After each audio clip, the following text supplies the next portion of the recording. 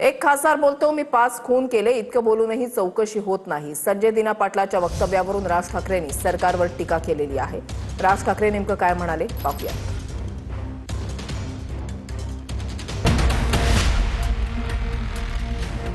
एक खासदार बोलतो मी 5 खून केले, बॉम्ब फोडेन। एखादा गँगस्टर बोलणार नाही, ते खासदार बोलतोय।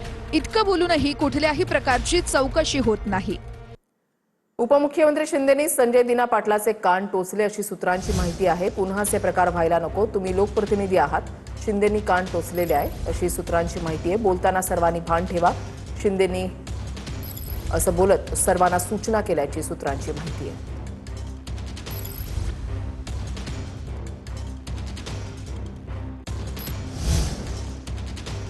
मुख्यमंत्री फडणवीस उपमुख्यमंत्री शिंदेंमध्ये बैठक झालेली आहे। महत्त्वाची बातमी आपण पाहताय। संजय पाटलाच्या धमकीवर फडणवीसांनी तीव्र नाराजी व्यक्त केलेली आहे। महायुतीमध्ये असे प्रकार व्हायला नकोत असं फडणवीसांनी यावेळेला म्हटलेलं आहे।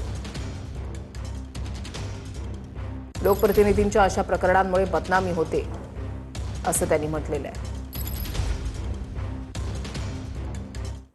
संजय दिना पाटलाचा विषय सगळ्यांनी थांबवणं गरजेचं असं उदय सामंतांचं म्हणणं आहे। संजय पाटीलची वागण्याची पद्धत, त्याची बॉडी लँग्वेज तशीच आहे। संजय पाटलासारख्या जीवाला जीव देणारा मित्र असू शकत नाही। संजय दिना पाटलाने स्वतःहून दिलगिरी व्यक्त केली असं उदय सामंतांनी म्हटलंय। भविष्यात संजय दिना पाटलाकडून अशी भूमिका घेतली जाणार नाही असं सामंतांनी म्हटलंय। संजय दिना पाटील नाक घासून जरी म्हणजे महाराष्ट्रात मध्ये एक म्हण आहे की नाक घासून माफी मागितली, पोटात मान घालून माफी मागितली, तरी सुद्धा कायद्यासमोर त्या माफीला काही किंमत नाही।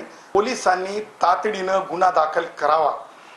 जे काही त्यांना वाटत असेल कॉग्निजेबल नॉन कॉग्निजेबल गुन्हा दाखल करावा सो मोटो। संजय दिना पाटलांना जर तुम्ही जवळून बघितलं तर त्यांचा वागण्याची पद्धतच तशी आहे, त्यांची बॉडी लँग्वेजच तशी आहे। संजय पाटील यांनी स्वतः दिलगिरी व्यक्त केल्यामुळे मला असं वाटतं की तो विषय सगळ्यांनीच थांबवणं गरजेचं आहे। संजय पाटलांसारखा जीवाला जीव देणारा मित्र देखील असू शकत नाही। माझी देखील आपल्याला विनंती आहे की भविष्यामधनं राजकारण करत असताना त्यांच्याकडनं अशा पद्धतीची भूमिका परत घेतली जाणार नाही।